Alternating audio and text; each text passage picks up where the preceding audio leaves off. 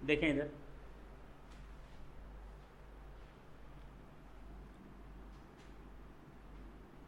अब कुछ हम लोग इम्पॉर्टेंट टॉपिक्स पर डिस्कस करेंगे, जो मैंने कहा था कि नेक्स्ट क्लास में हम लोगों को कुछ इम्पॉर्टेंट पॉइंट्स पर डिस्कस करना है, जिसमें पहला है कैप्टिव कंजम्पशन।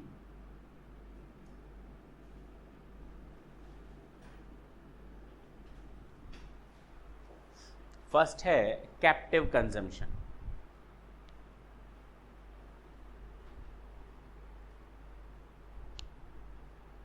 क्या है ये कैप्टिव कंजम्पशन?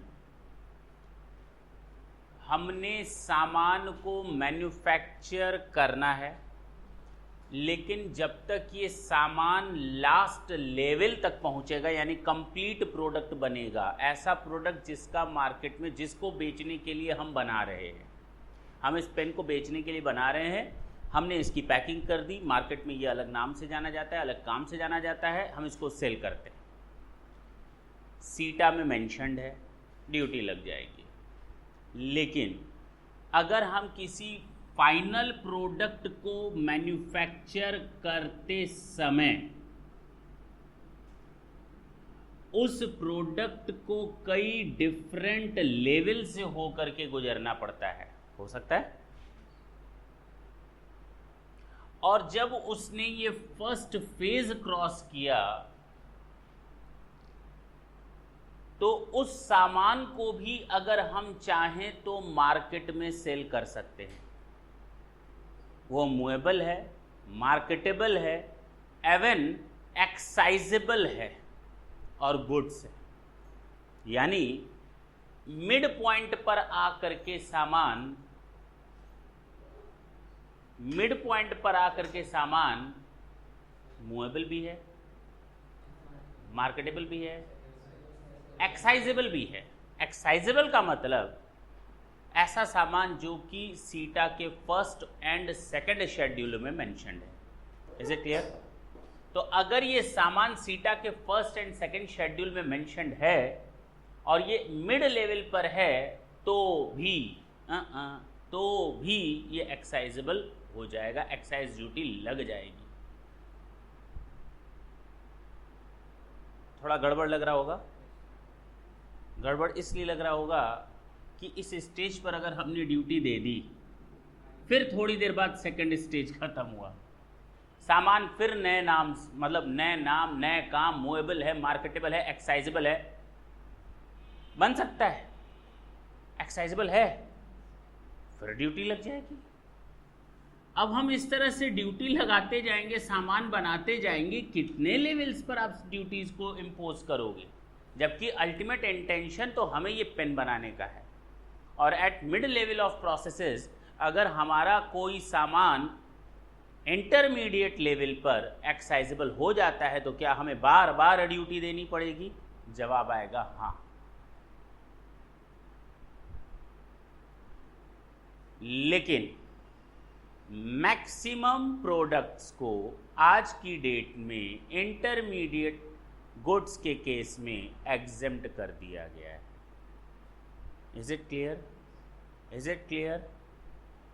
हाँ, इस तरह से तो मैन्युफैक्चरर बड़ा परेशान हो जाएगा। तो कहा गया कि उसको इन ड्यूटीज से माफ कर दे रहे हैं।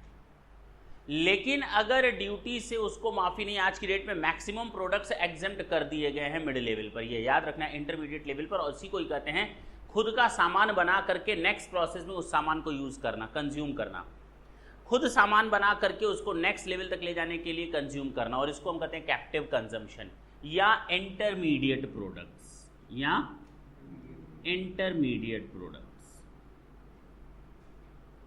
जैसे तुम लोग अभी फिनिश्ड गुड्स नहीं हो, कई बच्चे सीएमए फाइनल में हैं, नहीं है, सीएमए फाइनल में जाओगे, अभी कहाँ हो? सीएमए इंटरमीडिएट है ना, तो तुम लोग अभी इंटरमीडिएट प्रोडक्ट्स हो। क्लियर है? कहने का मतलब ये कि ये ड्यूटीज माफ कर दी गई। लेकिन फिर आता है एक सवाल कि अगर ये ड्यूटी माफ ना हो किसी लेवल पर, और फाइनल प्रोडक्ट एग्जेम्प्ट हो तो भी क्या ड्यूटी देनी पड़ती है? नॉर्मल केस को छोड़ दो, इस केस को, हमें इससे फर्क नहीं पड़ता फाइनल प्रोडक्ट एग्जेम्प्ट है या टैक्सेबल है। अगर मिड लेवल पर, इंटरमीडिएट लेवल पर अगर कोई चार्जेबल है ड्यूटी तो वो चार्जेबल है। बात समझ में आई? लेकिन मैंने फिर कहा कि मैक्सिमम प्रोडक्ट्स के केस में कैप्टिव कंजम्पशन पर ड्यूटी माफ कर दी जा चुकी है। क्लियर? बोलो भाई, कोई दिक्कत नहीं ना है? आगे चल सकते हैं। तो कैप्टिव कंजम्पशन, हमें प्रोडक्ट Z बनाना है, हमने बीच में एक प्रोडक्ट बन करके तैयार हो गया जिसका नाम है प्रोडक्ट X, और ये प्रोडक्ट X मार्केटेबल है, मूवेबल है, गुड्स है, एक्साइजेबल है, सारी कंडीशंस क्लियर कर रहा है, और इस X को हमने खुद यूज कर लिया आगे के प्रोसेस के लिए, ताकि क्या बनाया जा सके? Z बनाया जा सके। तो नॉर्मली हर ऐसा प्रोडक्ट जो इंटरमीडिएट प्रोडक्ट है या लेवल है या जिसका हम कैप्टिव कंजम्पशन करते हैं, मैक्सिमम केसेस में उनकी ड्यूटी माफ है। Is it clear? पक्की बात है, हटा सकते हैं।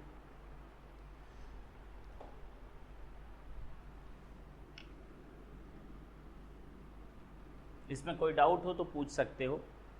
ड्यूटेबिलिटी of intermediate product and captive consumption, कहीं कोई डाउट हो तो पूछ सकते हो।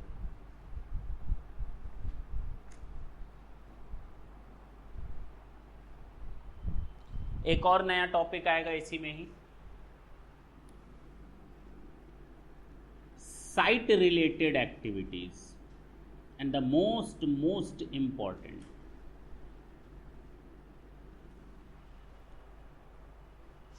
हमने फर्नीचर कारपेंटर को बुलाया, ढंग से सुनना, मैंने कारपेंटर को बुलाया, मैंने कहा फर्नीचर बना दो। अब वो आएगा मेरे ही साइट पर जहाँ उसको काम करना है, ये साइट है, इस पर आएगा, फर्नीचर के लिए सारे सामान मंगवाएगा और फर्नीचर बनाना तैयार कर देगा। फर्नीचर तैयार हुआ, 1 2 3 4, क्या ये मूवेबल हैं? हाँ। क्या ये मार्केटेबल हैं? हाँ। क्या ये एक्साइजेबल हैं, यानी सीटा में मेंशन्ड है? हाँ। तो वो मैन्युफैक्चरर मान लिया जाएगा और उसके ऊपर टैक्स लगा दिया जाएगा। अब बात समझ में आई? अब बात समझ में आई? ये कहलाता है साइट रिलेटेड एक्टिविटीज और साइट रिलेटेड प्रोडक्ट्स। हमने एक कंस्ट्रक्शन, बिल्डिंग कंस्ट्रक्ट करने के लिए कॉन्ट्रैक्टर को बुलाया, बिल्डिंग कंस्ट्रक्शन करने के लिए मैंने कॉन्ट्रैक्टर को बुलाया।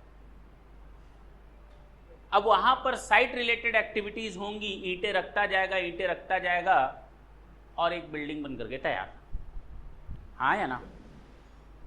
अच्छा एक बात बताओ, ये जो बिल्डिंग बन करके तैयार हुई, क्या ये टैक्स लग जाएगा? क्यों? ये इमूवेबल है। ये क्या है? इमूवेबल है। तो इमूवेबल गुड्स पर टैक्स नहीं लगता, लेकिन गुड्स क्या होना चाहिए? मूवेबल होना चाहिए। चलो फिर से एक बात करते हैं। वो जब बिल्डिंग बना रहा था तो उसने दरवाजे बनाए, खिड़कियां बनाई, क्या उन पर टैक्स लग जाएगा?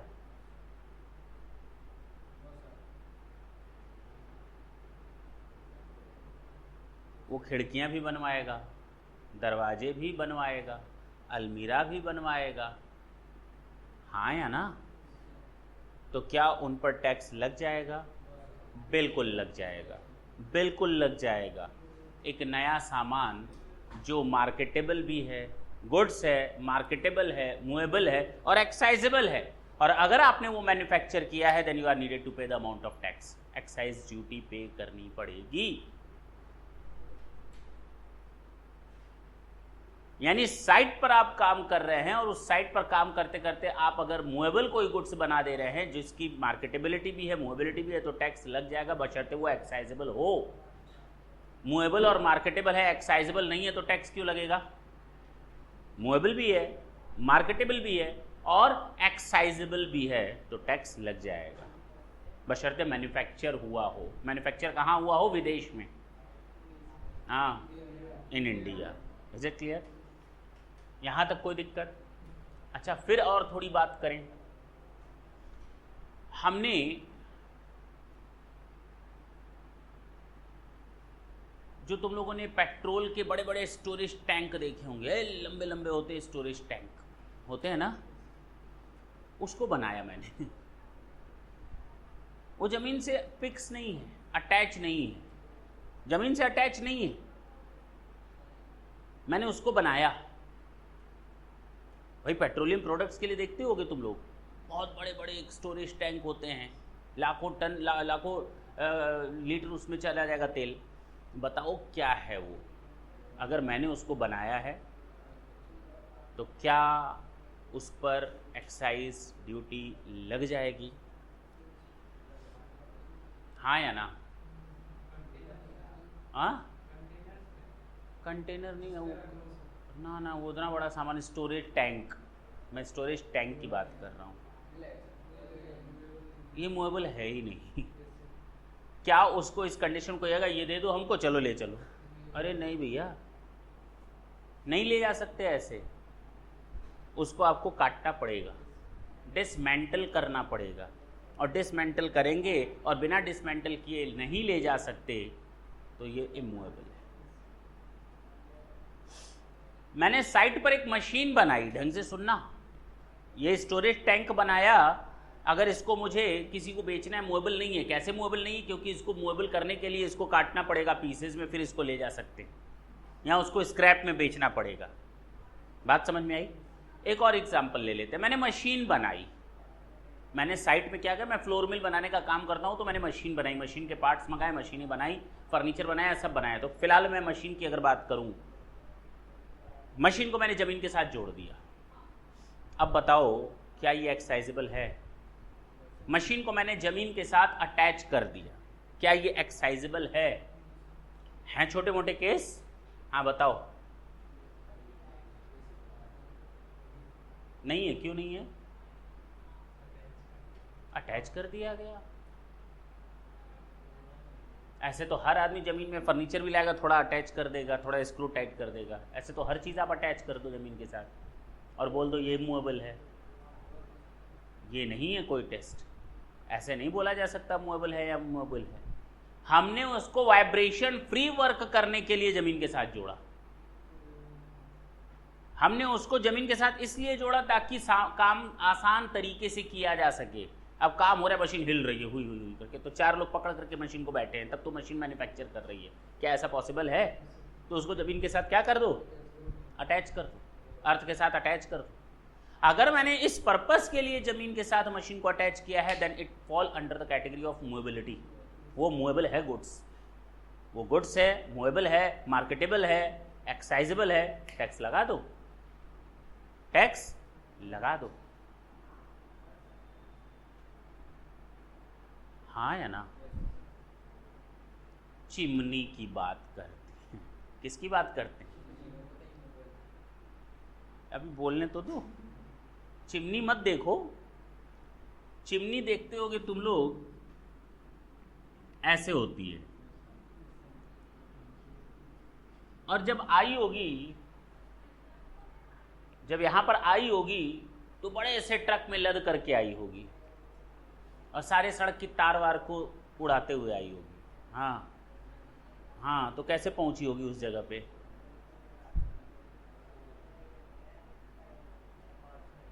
पार्ट पार्ट में आई होगी।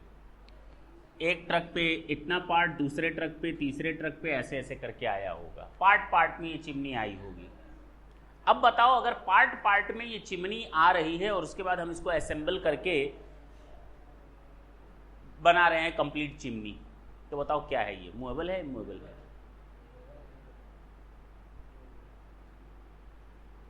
हाँ बोल।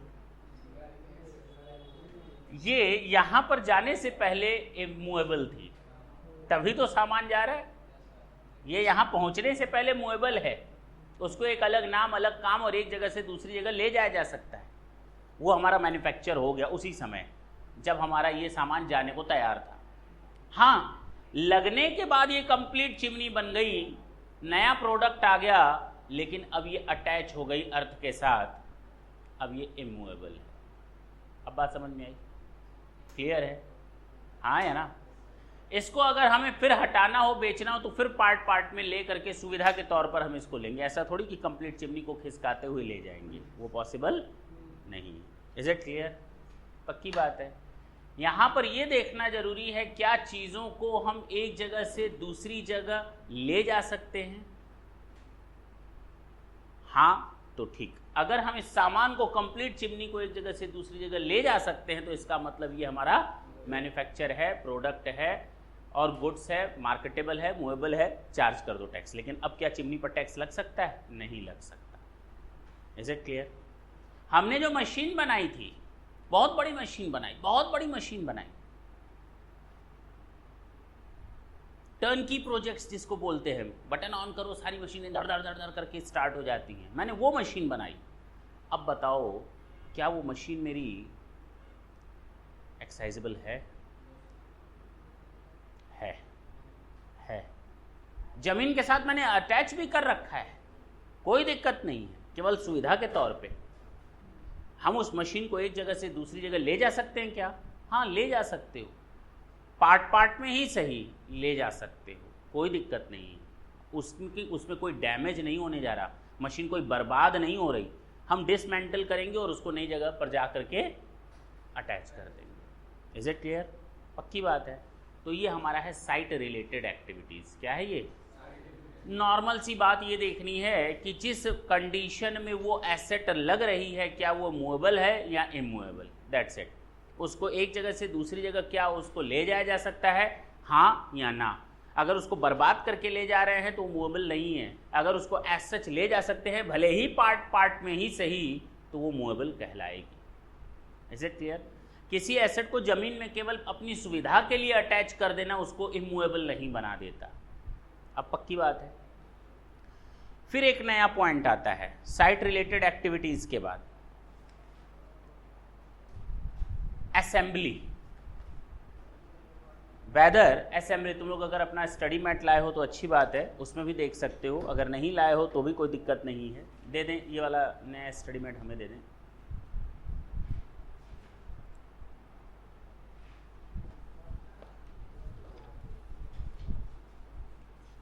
कोई फर्क नहीं है।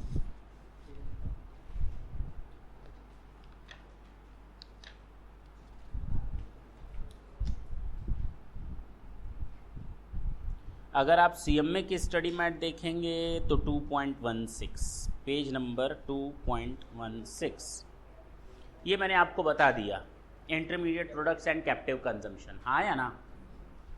बोलो भाई।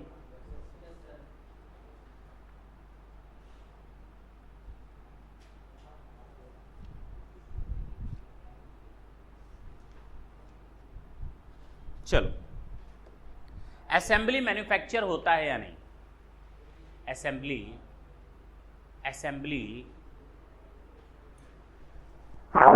नहीं बताओगे? असेंबली मैन्युफैक्चर होता है या नहीं? असेंबल करवाए हो कभी कोई चीज?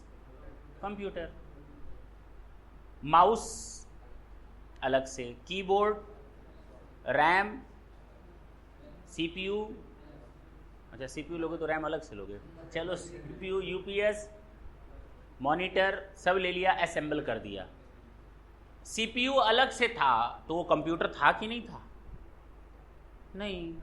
कीबोर्ड अलग से ले लिया तो क्या ये कंप्यूटर था? माउस अलग से ले लिया तो क्या ये कंप्यूटर था?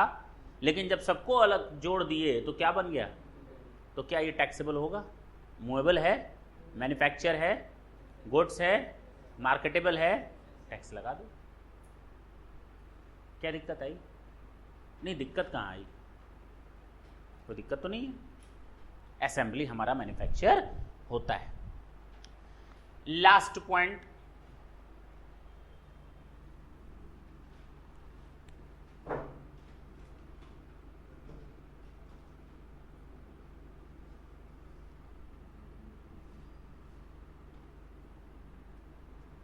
Duty on waste or scrap. कई बार तुम लोगों ने सामान देखा होगा वेस्ट हो जाता है, स्क्रैप हो जाता है, हाँ या ना? अब हमें ये नहीं समझ में आता, वेस्ट और स्क्रैप क्या इस पर भी ड्यूटी लगाओगे? अरे वेस्ट और स्क्रैप पर भी ड्यूटी लगाओगे क्या? हाँ या ना? हाँ, ये तुम कौन बोलने वाले होते हो ना? अगर ये गुड्स है, मूवेबल है, मार्केट में लोग हैं वो कूड़ा खरीदने के लिए, मेरी बात समझना, अगर वो गुड्स है, मूवेबल है, मार्केटेबल है, उसको अलग नाम और काम के कारण जाना चाहता है, भले ही कूड़ा क्यों ना हो, वेस्ट क्यों ना हो, स्क्रैप क्यों ना हो, तुम्हारी नज़र में बेकार है लेकिन और की नज़र में हो सकता है वो रॉ मटेरियल हो।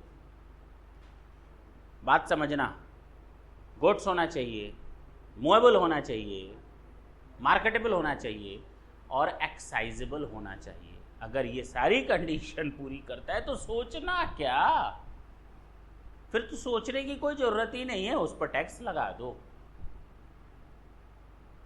हाँ या ना? तो waste and scrap are also chargeable to tax provided they are goods, they are movable, they can bring into the market and can be easily sold out. In the same way,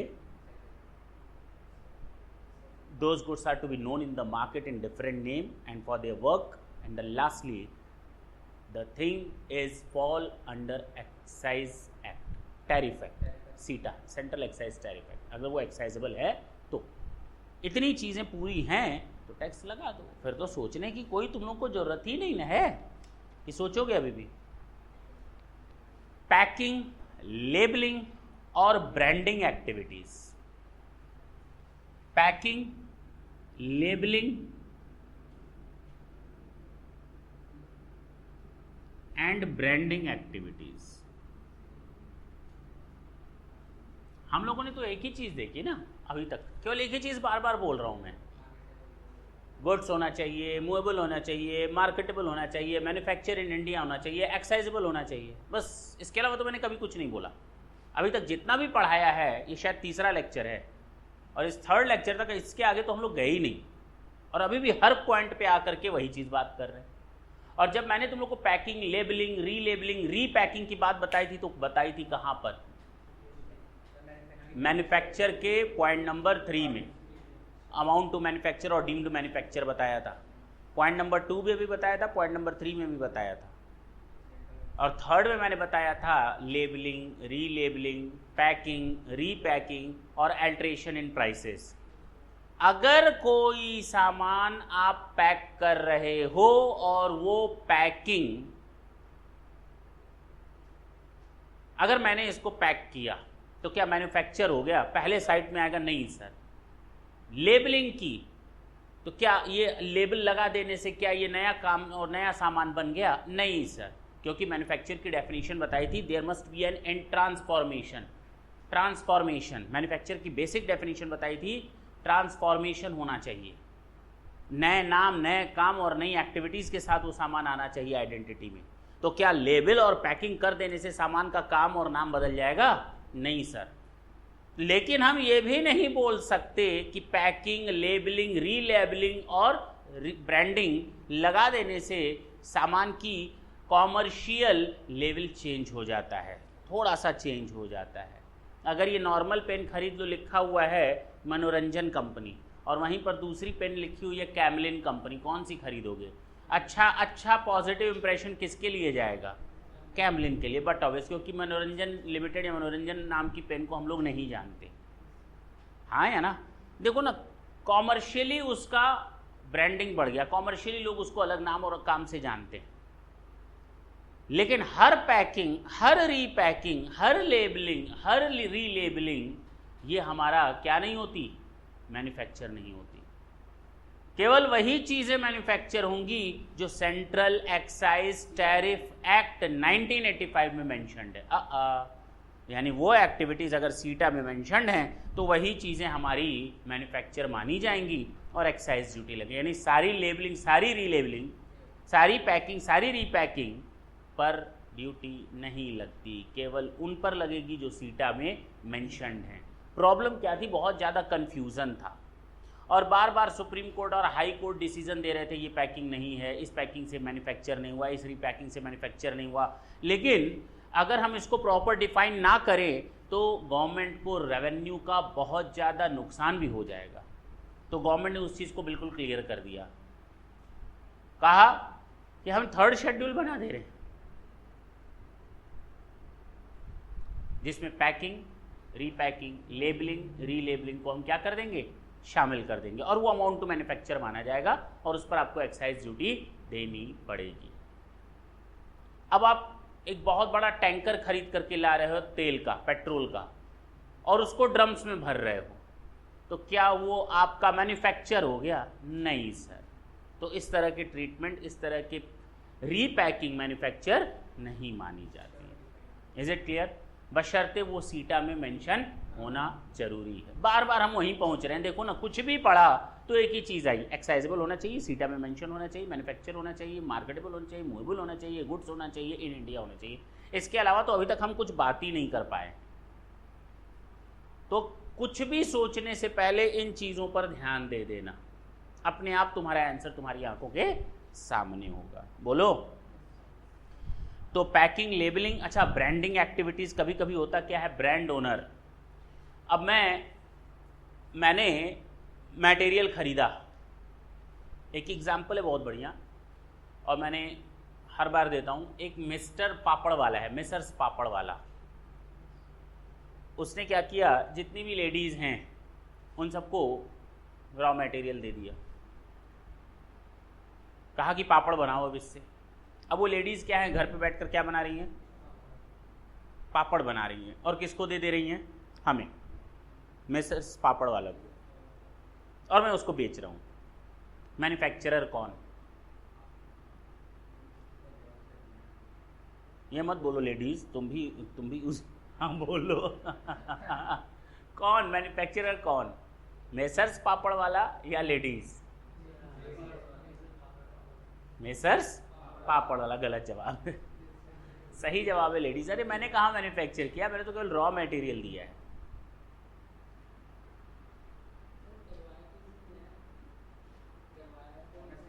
मैंने करवाया, लेकिन मैं हर घर में जाकर नहीं देखने जा रहा कितना आटा डाला, कितना जीरा डाला, कितना सौंफ डाला। मैं कहाँ देखने जा रहा हूँ? मेरा कोई सुपरविजन नहीं है, मेरा कोई कंट्रोल नहीं है। तुम अपने घर की मालकिन, हम अपने घर के मालिक। मेरी बात समझे? नहीं समझे? तुमको मन करेगा तो मेरे लिए पापड़ बनाओगे, नहीं मन करेगा तो जाओ जाओ सर नहीं बनाएंगे, सीधे मना करोगे। बोलो। तो यहां पर काम क्या हो रहा है, प्रिंसिपल टू प्रिंसिपल बेसिस पर हो रहा है। जो पार्ले कंपनी है, जो तुम लोग पार्ले बिस्कुट खाते हो, बड़े शौक से खाते हो, वो पार्ले बिस्कुट बेसिकली ये मत सोचना हेड ऑफिस से बन करके आया है। अब हर शहर में एक पार्ले फैक्ट्री है, जिसको हम लोग कहते हैं सीएम, कॉन्ट्रैक्ट मैन्युफैक्चरर। क्या बोलते हैं? ब्रिटानिया का हर शहर में अपना एक सीएम है, कॉन्ट्रैक्ट मैन्युफैक्चरर है। मैंने इसको अपना कॉन्ट्रैक्ट मैन्युफैक्चरर बनाया, उसको बनाया, तुमको बनाया, तुमको बनाया, तुम लोगों को कॉन्ट्रैक्ट मैन्युफैक्चरर बनाया अपने पार्ले बिस्कुट के लिए। अब तुम लोग क्या कर रहे हो? तुम लोगों ने फैक्ट्री खोल ली, मेरा कोई कंट्रीब्यूशन नहीं है, तुम लोगों ने फैक्ट्री खोली, तुम लोग का पैसा लगा, बिल्डिंग तुम्हारी, जमीन तुम्हारी, मशीन तुम्हारी। मेरा क्या रोल है? मैं अपना ब्रांड नेम दे रहा हूं। सुनना मेरी बात, मैं अपना क्या दे रहा हूं? तुम अपना बिस्कुट बनाकर मार्केट में बेचो, समझ में आ जाएगा। अभी पार्ले बनाकर बेचो तो शायद बेच भी नहीं पाओगे, इतनी डिमांड आएगी। अंतर समझे? समझ में आई बात? तुम्हें क्या मिल रहा है? ब्रांड नेम मिल रहा है। मैंने तुमको दिया, जाओ ब्रांड नेम। अगर इस तरह से तुम मैन्युफैक्चर कर रहे हो तो you are the manufacturer. Manufacturer तुम हो। बोलो। लेकिन अगर मैं तुमको मैदा भी सप्लाई कर रहा हूं, रॉ मटेरियल, घी भी मेरी ओर से जाएगा, तुमको खरीदने की जरूरत, नमक भी मेरा जाएगा, सारे रॉ मटेरियल मेरे जाएंगे, चीनी वगैरह सब, चीनी वगैरह सारी चीज़ें मेरी यहाँ से तुमको आ रही हैं। तुम सुबह सुबह 5 बजे जमाई लेते हुए केवल दरवाज़ा खोल रहे हो, सारी ट्रक्स अंदर आ रही हैं, सामान ला रही हैं, रॉ मटेरियल, दिन भर उससे काम हो रहा है तुम्हारी फैक्ट्री में, और शाम को तुम बिस्कुट बना दिए। तुमको क्या फ़ायदा? हर 1 किलो पर मैं 98 दूंगा तुमको, हर 1 किलो बनाने पर कितना दूंगा? 98। अब बताओ मैन्युफैक्चरर कौन, तुम या मैं? मैं इसलिए क्योंकि मैं केवल रॉ मटेरियल सप्लायर नहीं हूं, मैंने उसका सुपरविजन किया है, मैं क्वालिटी कंट्रोल देख रहा हूं। सामान मेरे हिसाब से बनना चाहिए, ना कि तुम्हारे हिसाब से। और मैं तुम्हें हर 1 किलो का 98 दे रहा हूं जॉब वर्क के लिए, हायर चार्जेस दे रहा हूं, क्योंकि मैंने तुम्हें हायर किया है हर 1 किलो के अगेंस्ट 98। हाँ या ना? अब बात समझ में आई? दोनों में फर्क समझ में आया? तो अगर प्रिंसिपल टू प्रिंसिपल बेसिस पर है तो जो बनाएगा एक्चुअल में वही मैन्युफैक्चरर है, लेकिन यहां प्रिंसिपल टू एजेंट बेसिस है, क्योंकि तुम्हें कमीशन मिल रहा है 98 पर केजी बनाने का, प्रिंसिपल टू एजेंट, तो मैं मैन्युफैक्चरर कहलाऊंगा। क्वालिटी कंट्रोल मेरा, सुपरविजन मेरा। अगर तुम सारे लेडीज घर पे बैठे हो और मैं आकर के पापड़, ऐसे पापड़ बनता है क्या, ऐसे हम पापड़ देंगे लोगों को, ठीक करो हटाओ इसको, ये होता है सुपरविजन। तो इसका मतलब प्रिंसिपल टू प्रिंसिपल नहीं है, प्रिंसिपल टू एजेंट। अब बात समझ में आई? हाँ या ना? इसे कहेंगे हम लोग कि जब हम लोग ब्रांड नेम ओनर की बात करते हैं, ब्रांडिंग की बात करते हैं, तो brand name owner is not a manufacturer in all the condition. लेकिन अगर वही ब्रांड नेम ओनर अपना कंट्रोल रखता है, अपना सुपरविजन रखता है, क्वालिटी कंट्रोल रखता है, तो वो उसका मैन्युफैक्चरर होगा, बशर्ते प्रिंसिपल टू एजेंट बेसिस पर हो, ना कि प्रिंसिपल टू प्रिंसिपल बेसिस पर। अब बात समझ में आई? पक्की बात है। तो ब्रांड नेम ओनर दिक्कत नहीं करेगा। फ्रेंचाइजी, मैंने वही चीज तो बताई, ब्रांड नेम ओनर यानी फ्रेंचाइजी के केस में ही बताया। अगर फ्रेंचाइजी मैंने दी है और मेरा कोई कंट्रोल नहीं है, सुपरविजन नहीं है, केवल ब्रांड नेम ओनर मैं देता हूं, you will be the manufacturer, you will be the manufacturer, क्योंकि आप सामान बना रहे हो प्रिंसिपल टू प्रिंसिपल बेसिस पर, प्रिंसिपल टू। लेकिन अगर ये प्रिंसिपल टू एजेंट बेसिस पर हो जाए, कमीशन बेसिस पर हो जाए, सुपरविजन मेरा होगा, कंट्रोल मेरा होगा, सारी चीज़ें मेरी होंगी, ऑडिट मेरी ओर से किया जाएगा ताकि कस्टमर दुखी ना हो, तो वो मैन्युफैक्चरर मैं माना जाऊंगा। Is it clear? केवल रॉ मटेरियल सप्लायर होने से, फिर वही बात, दोनों चीज़ें हो सकती हैं। रॉ मटेरियल सप्लायर कभी मैन्युफैक्चरर माना जा रहा है, रॉ मटेरियल सप्लायर कभी मैन्युफैक्चरर नहीं माना जा रहा। मैंने तुम्हें पापड़ बनाने के लिए सामान दिया, तुमने बना करके हमको दे दिया, हम तुमको कमीशन दे रहे हैं, लेकिन कोई कंट्रोल, कोई सुपरविजन, कोई कुछ नहीं है, तो तुम मैन्युफैक्चरर माने जाओगे। एक्चुअल मैन्युफैक्चरर तो तुम हो। ऊषा पंखा वाला ऊषा पंखा बनाने के लिए मार्केट में 100 लोगों को फ्रेंचाइजी दिया हुआ है, अपना ब्रांड नेम लगा दे रहा है ऊषा फैंस, तो मैन्युफैक्चरर कौन? तुम लोग, क्योंकि तुम लोग मेरी ओर से सामान बना रहे हो। हाँ या ना? लेकिन अगर मेरा कंट्रोल है, मेरा सुपरविजन है, प्रिंसिपल टू एजेंट बेसिस पर है, तो मैं माना जाऊंगा मैन्युफैक्चरर। हर चीज़ में वही केस लगेगा। चल सकते हैं आगे? सोच लो। बेसिक टॉपिक हम लोग का क्या हो गया? खत्म।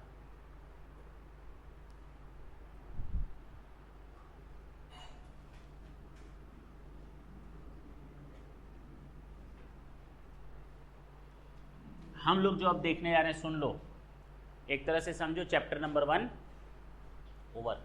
बेसिक जो चीज़ें पढ़नी थी हम लोग को एक्साइज ड्यूटी की, वो ओवर हो गई। कुछ डाउट हो तो पूछ सकते हो, एक बार चाहो तो अपने पेजेस पलट लो, कहीं कोई डाउट हो 5 मिनट देते हैं, नहीं तो उसके बाद हम नेक्स्ट टॉपिक स्टार्ट करेंगे और उसका केवल आज इंट्रो देंगे। क्या देंगे? इंट्रो।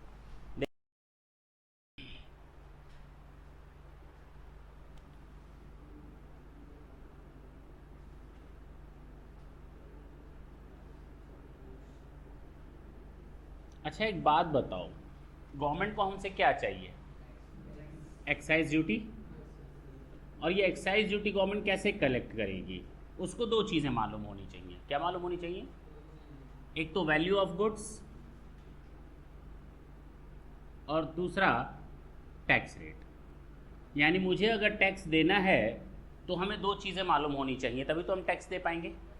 पहला वैल्यू ऑफ गुड्स और दूसरा टैक्स रेट्स। हाँ या ना?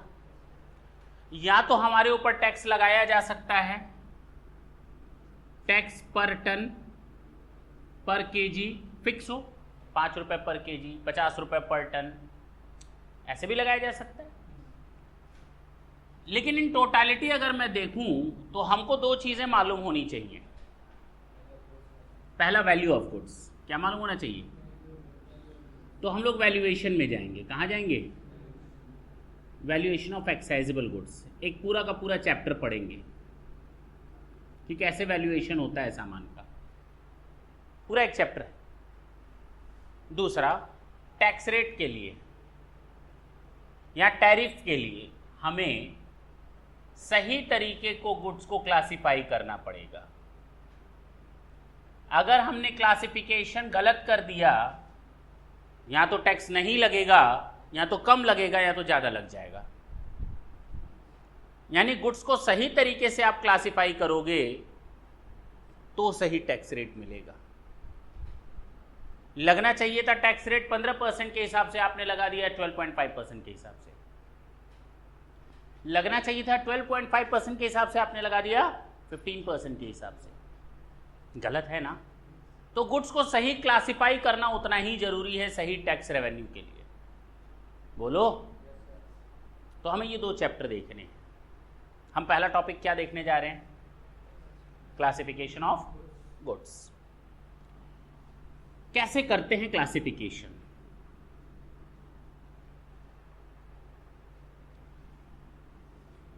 अगर हम बात करें तो हम वापस कहां पहुंच गए? यही तो वो पूरी बुक है, यही तो वो पूरा एक ग्रंथ है जिसमें टैक्स रेट्स मेंशन है। हाँ या ना?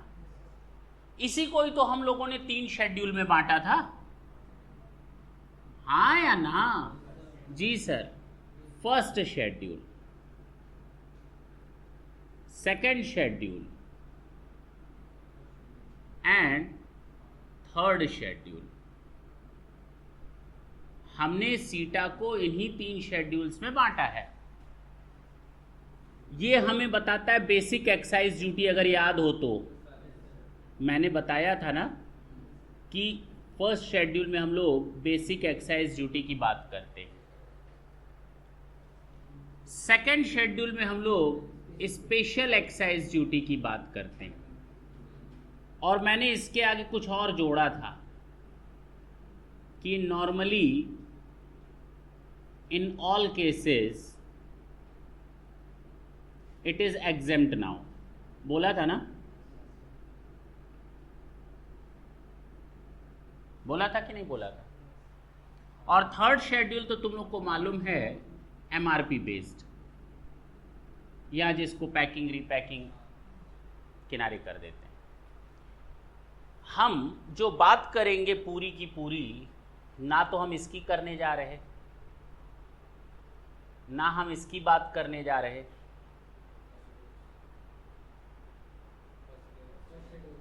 हम इसकी बात करने जा रहे हैं। Is it clear? बोलो। ये जो फर्स्ट शेड्यूल है ना, जो फर्स्ट शेड्यूल है वो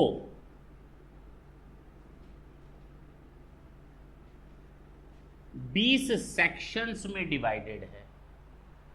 यानी एक बुक ले लो और इस किताब को 20 हिस्सों में बांट दो, 1 2 3 4 सेक्शंस। और इस फर्स्ट सेक्शन में हो सकता है 3 चैप्टर आ जाएं, सेकंड में हो सकता है 15 चैप्टर आ जाएं। मेरी बात समझ में आई? तो सबसे पहले तो बुक को किस में बांटो? सेक्शंस में। कितने सेक्शंस हैं? 20 सेक्शंस हैं।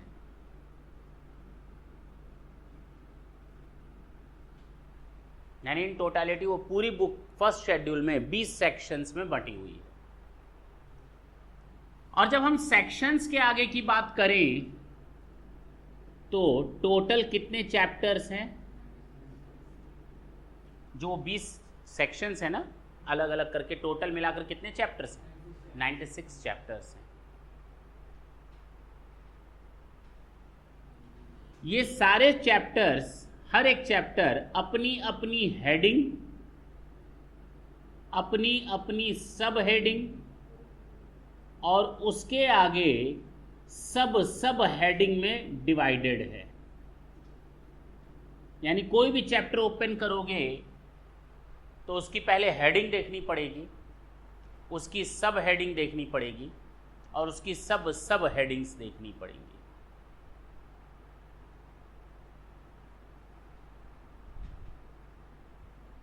मेरी बात समझ में आ रही है? अगर हम एक पर्टिकुलर इस पेन को क्लासिफाई करना है, अब मैं कहूं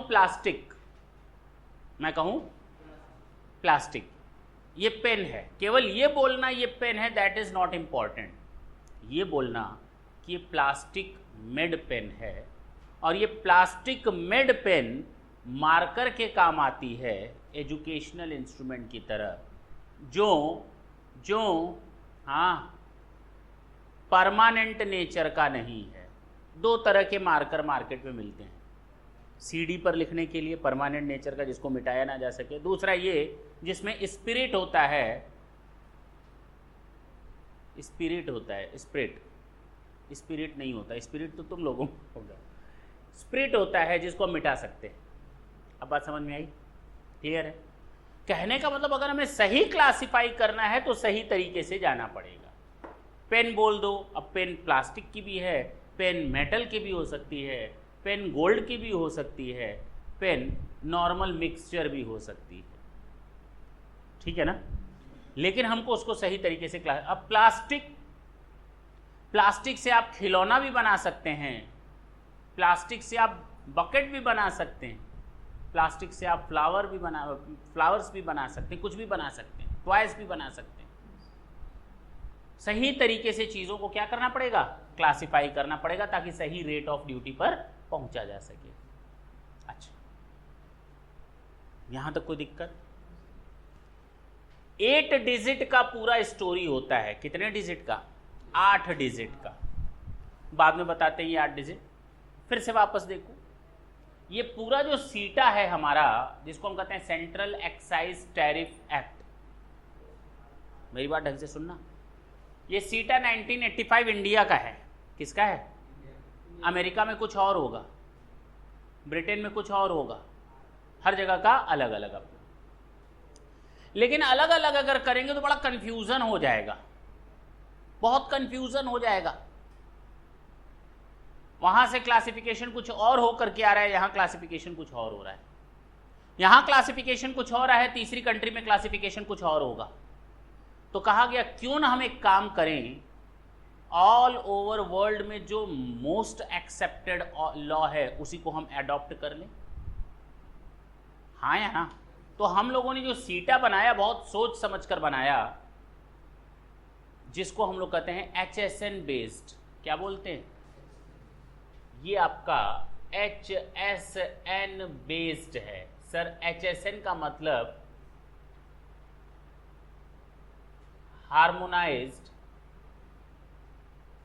सिस्टम ऑफ नॉमेनक्लेचर।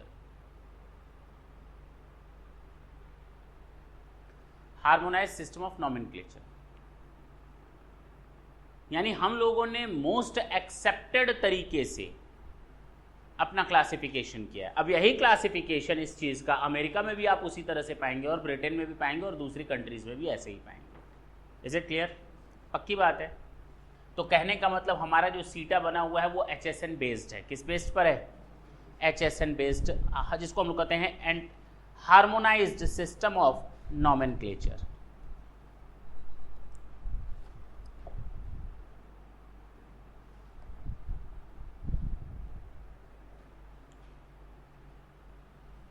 चलिए, अगर हमें किसी चीज को अगर क्लासिफाई करना हो, सुनना, तो फर्स्ट टू डिजिट किस चीज के होंगे? चैप्टर्स के होंगे। किसके होंगे? यानी अगर मैंने बोल दिया 82, टोटल कितने चैप्टर्स हैं? तो अगर पहले 2 डिजिट देखो तो लिखा हुआ 82, इसका मतलब चैप्टर नंबर 82। तो हमें इधर उधर कूदने की जरूरत नहीं है, सीधे चैप्टर नंबर 82 खोलोगे। क्लियर? अब वो चैप्टर जब अंदर जाओगे तो कई हेडिंग्स में बटा होगा, हो सकता है हेडिंग नंबर 1 2 3 4 5 6 50 मान लेते हैं, और इसके आगे लिखा है 48, तो बताओ कौन सी हेडिंग होगी? तो नेक्स्ट 2 डिजिट किस चीज के होंगे? हेडिंग्स के। किसके? यानी अगर आपको ये 4 मिल गए तो आप शुरू के 2 डिजिट कहेंगे चैप्टर के हैं, बाद के 2 डिजिट हेडिंग के हैं। अगर इसमें मैं और जोड़ दूं 35 तो ये आपका सब हेडिंग होगा। मान लेते हैं ट्वाई, क्या मान लेते हैं? ट्वाइस। ट्वाइस किस चीज के? प्लास्टिक के। प्लास्टिक को बेस लें या ट्वाइस को बेस लें? प्रॉब्लम तो ये आती है कि हम लोग ट्वाई को बेस लेकर के चलते हैं फिर प्लास्टिक पर आते हैं, या प्लास्टिक को बेस लेकर के चलते हैं फिर ट्वाइस पर आते हैं। ये याद रखना, जब भी हम लोग क्लासिफिकेशन या इस तरीके से बनाया गया है कि रॉ मटेरियल से उठाओ और फिनिश गुड्स तक पहुंचो। अब उस रॉ मटेरियल से 50 तरह के सामान बन सकते हैं। प्लास्टिक से आपका हाउस होल्ड सामान भी बन सकता है, प्लास्टिक से आपका टॉयज भी बन सकता है, प्लास्टिक से आपका कुछ और भी बन सकता है, पेन भी बन सकता है। नहीं बन सकता? पक्की बात है ना? तो हम प्लास्टिक को बेस लेंगे, उसके बाद कौन सी कैटेगरी है? टॉयज की है। किस तरह के टॉयज हैं वो सब heading next 2 digit, battery, without battery, electric use, बिना इलेक्ट्रिक यूज, बात समझना। और लास्ट के 2 डिजिट आपको बताएंगे सब हेडिंग, सॉरी 2 बार होगा, सब हेडिंग, लास्ट 2 डिजिट। अब बात समझ में आई? तो कुल मिलाकर हमारा कितना डिजिट है? तो हम कह सकते हैं क्लासिफिकेशन बेस्ड है हमारा 8 डिजिट बेस्ड क्लासिफिकेशन।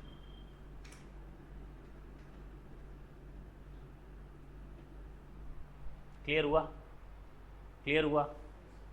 इसे कहते हैं हम 8 डिजिट बेस्ड क्लासिफिकेशन। थोड़ी जल्दी लिखेंगे।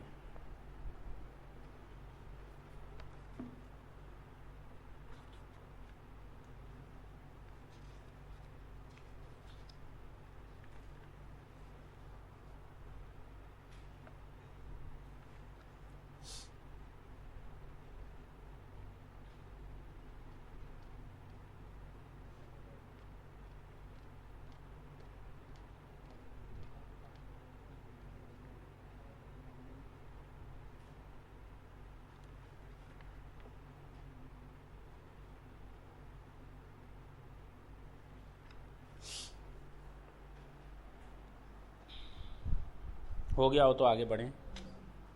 ये जो आप 8 डिजिट ले करके चलते हैं ना, कौन से डिजिट? 8 डिजिट। जो इसका रिजल्ट हमारी आंखों के सामने आता है, क्या मिलेगा? क्लासिफिकेशन। क्लासिफिकेशन का मतलब क्या? मैंने अभी शुरू में ही बताया, वैल्यू इनटू टैक्स रेट, हाँ या ना?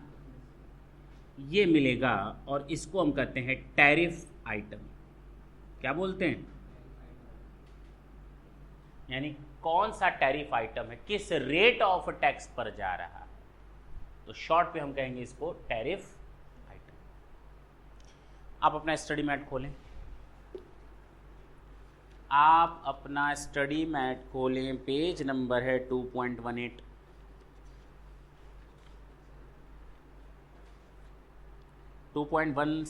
सॉरी, क्लासिफिकेशन देखा जाए।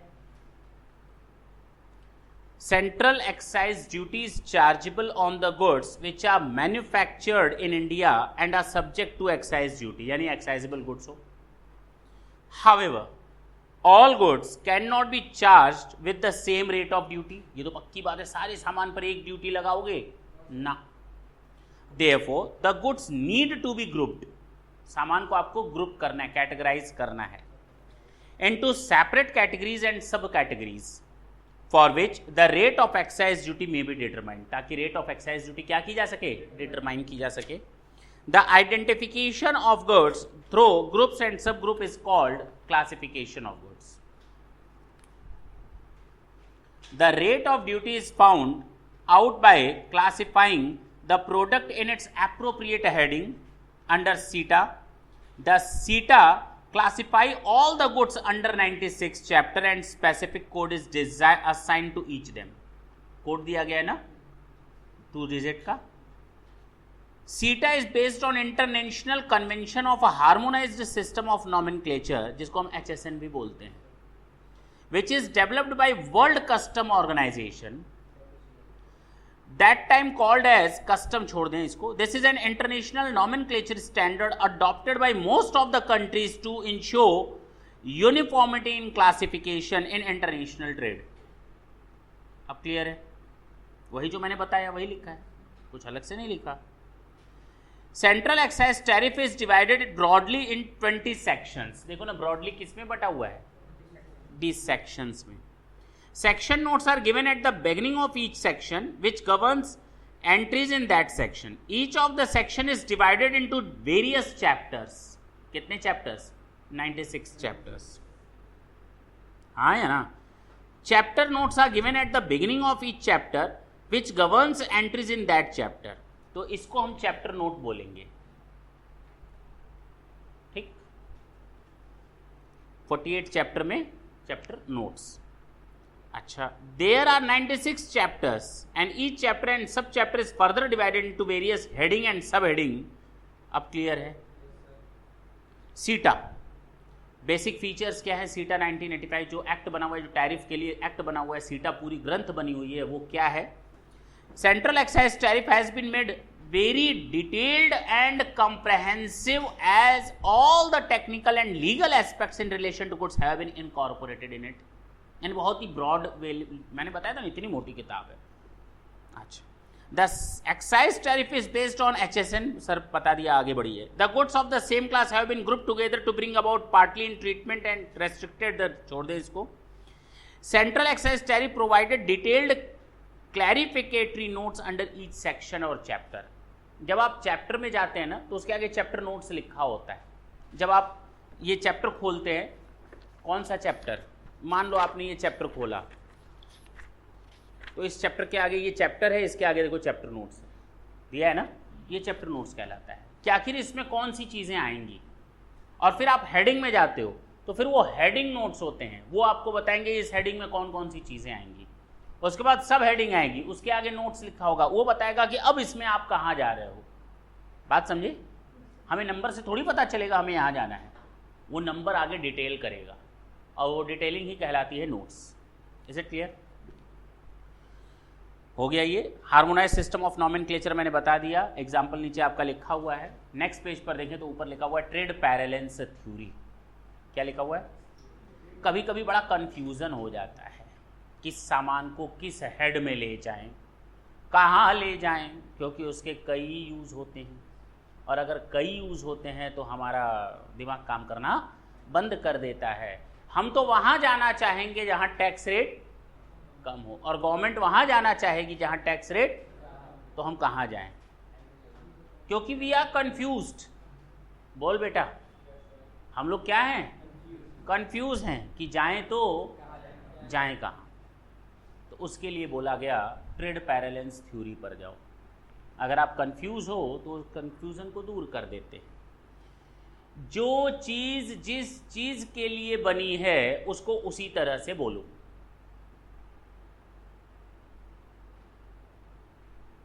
नहीं समझ में आई बात? गन होती है, गन प्लास्टिक की बच्चों की, होली के लिए अलग गन बनती है और बाकी दिनों के लिए अलग. ऐसा थोड़ी होली वाली गन नॉर्मल डे में ले बेटा तेरे लिए खेलने के लिए ले आए. अब वो निकालेगा, पानी डालेगा और सबको होली खेलाएगा, साल भर चलेगी होली. नॉर्मल डेज में वो गन नहीं बिकती, उसका सीज़न है, उसका एक पर्टिकुलर टाइम. यानी दोनों के फीचर्स और कैरेक्टरिस्टिक में अंतर है. तो हो सकता है गवर्नमेंट ने ये जो त्यौहार वाली गन हो उस पर कुछ आपको छूट दे रखी हो कि ज़्यादा से ज़्यादा बच्चे खेल पाएँ, और जो नॉर्मल डेज में मिलने वाली गन है हो सकता है गवर्नमेंट उस पर ज़्यादा टैक्स लगाए. हाँ या ना? अब हम क्या चाहेंगे? हम साल भर चाहेंगे कि होली वाली गन बिके.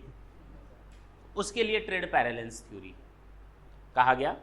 If a product is not defined in the schedule and section notes and chapter notes, अब क्लियरली नहीं पता चल रहा, कंफ्यूजन है, of the central excise, then it should be classified according to the popular meaning attached to it by those dealing with it in its commercial sense. In its commercial sense. यानी अब वो सामान किस नाम से market में जाना जाता है उसी पर ही क्लासिफाई कर दो। अगर हम कंफ्यूज्ड हैं तो हम उस पर जाएंगे।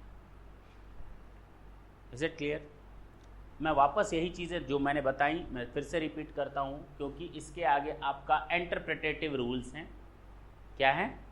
इंटरप्रिटेटिव रूल्स हैं। 6 रूल्स हैं जिनको हम लोग को देखना है। वो आज की डेट में पॉसिबल नहीं कि आज हम पढ़ाएं, नहीं तो कन्फ्यूज़न क्रिएट होने लगेगा। वो 6 नोट्स हम लोग नेक्स्ट क्लास में देखेंगे और फिर वैल्यूएशन की बात करना स्टार्ट करेंगे। फिलहाल यहाँ तक कोई दिक्कत किसी को? हम लोगों ने क्या समझा कि क्लासिफिकेशन करना ज़रूरी होता है, किसके लिए? ताकि टैरिफ आइटम पर पहुंचा जा सके, और इसके लिए हमारा बना हुआ है सीटा 1985। सीटा जो बना हुआ है वो HSN बेस्ड बना हुआ है, harmonise system of nomenclature. Maximum of the countries used this HSN based tariff, हाँ या ना, ताकि वो कन्फ्यूज़न ना हो। अब उसमें हमारे कुछ सेक्शंस और नोट्स हैं। सेक्शंस पूरा का पूरा फर्स्ट शेड्यूल जो है वो बेसिक एक्साइज ड्यूटी को बताता है, और बेसिक एक्साइज ड्यूटी के लिए हमारे पास 20 सेक्शंस हैं और 96 चैप्टर्स हैं, और हर एक चैप्टर 2-2 डिजिट में बटा हुआ है। हर एक चैप्टर किस में बटा हुआ है? 2-2 डिजिट में बटा हुआ है, हाँ या ना। और इन चैप्टर्स के अंदर भी हेडिंग्स हैं, वो भी 2-2 डिजिट में बटी हुई हैं। यानी अगर हम इस 8 डिजिट में जाएं तो शुरू की 2 डिजिट क्या कहलाएंगी? चैप्टर्स। उसके बाद की 2 डिजिट, उसके बाद की 2 डिजिट, उसके बाद की 2 हेडिंग। यानी अगर मैं आपको ऐसे करके लिख देता हूं तो पता चल जाना चाहिए ये 82 नंबर क्या है? चैप्टर नंबर है। 48 नंबर क्या है? उस चैप्टर की हेडिंग नंबर है। उस हेडिंग के अंदर की सब हेडिंग 35 है, हाँ है ना। इस तरह से चैप्टर, हेडिंग, सब हेडिंग, और ये सब हेडिंग है। Is it clear?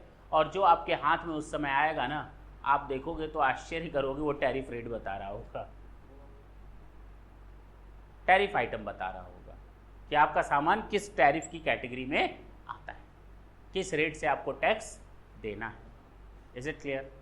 यहाँ तो कोई कंफ्यूजन हो तो बोलो, कुछ भी थोड़ा भी मामूली भी कंफ्यूजन हो तो बोलो। जब हम लोग वैल्यूएशन देखेंगे ना, चलो क्वेश्चन दिया हुआ है, मैं पढ़ता हूँ, उसको ढंग से देखना।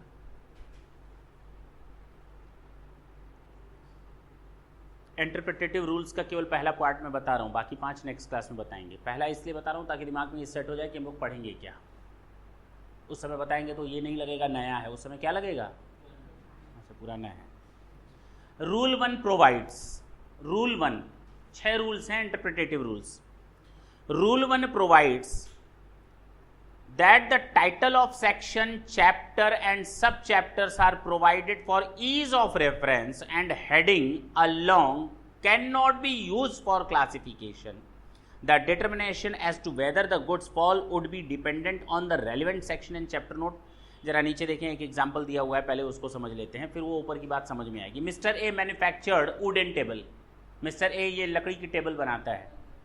There is no ambiguity or confusion while classifying the said product. तो बताओ क्या इसमें कोई confusion है कि वो वुडन टेबल बना रहा है? Is there any confusion?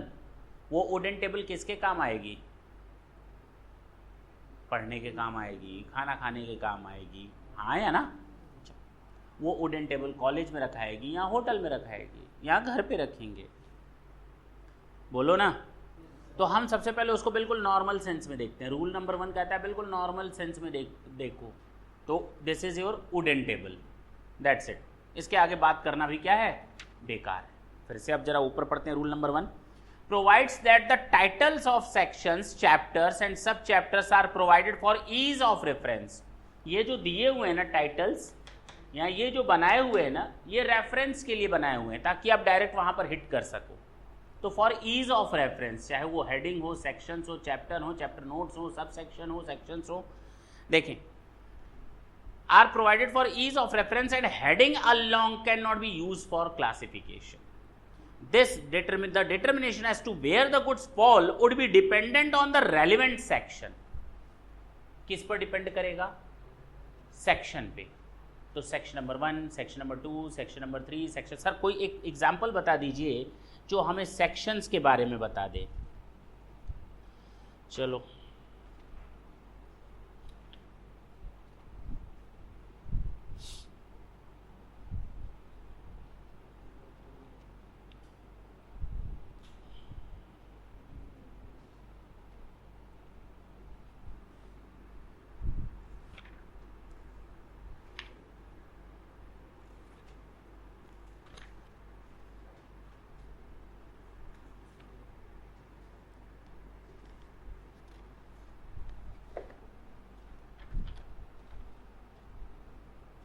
देखो, अगर मैं ऐसे लिख देता हूं, एक एग्जाम्पल ले लेते हैं जो आपको मिलेगा सीटा में, सेम इसी तरह से मिलेगा.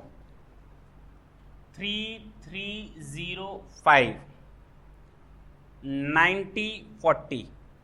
और जानते हो ये किसको कवर करता है? Hair dye. Hair dyes, natural, herbal और सिंथेटिक. ये ऐसे आएगा. क्लियर है? अब मैं इसको कैसे पढ़ूंगा जरा ढंग से सुनना. यानी ये पूरा टॉपिक जो है ये हेयर डाइज को कवर कर रहा है. किसको कवर कर रहा है? अब हेयर डाइज जो कलर करने के काम आता है बालों को, अब चाहे वो सिंथेटिक हो, नेचुरल हो या हर्बल हो, सब तरह के इसमें आएंगे.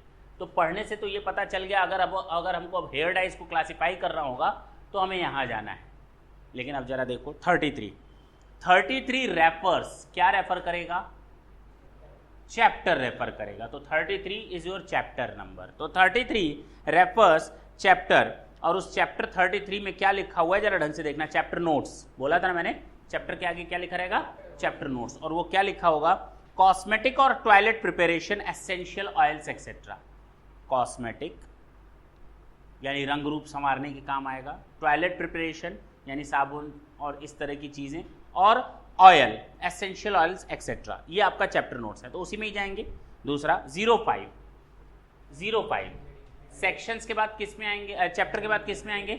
हेडिंग्स में. तो 05 रेफर्स हेडिंग, और उसमें लिखा है 05 में preparation for the use of hairs. आगे काम पर हाँ या ना. यानी सबसे पहले 33 आपको बता रहा है टॉयलेट प्रिपरेशंस हैं, और 05 बता रहा है टॉयलेट प्रिपरेशंस में क्या? बालों के लिए. हाँ या ना. फिर थोड़ा आगे बढ़े. 90 किसको रेफर करेगा? सब हेडिंग को. बोलो. और 40 यूज करेगा. 40 refers to the item hair dyes. That's it. Clear? बोलो. यानी हम इस तरह से आगे बढ़ते हैं. पहला chapter toilet preparations, 05 hair dyes, natural, synthetic और हर्बल. That's it.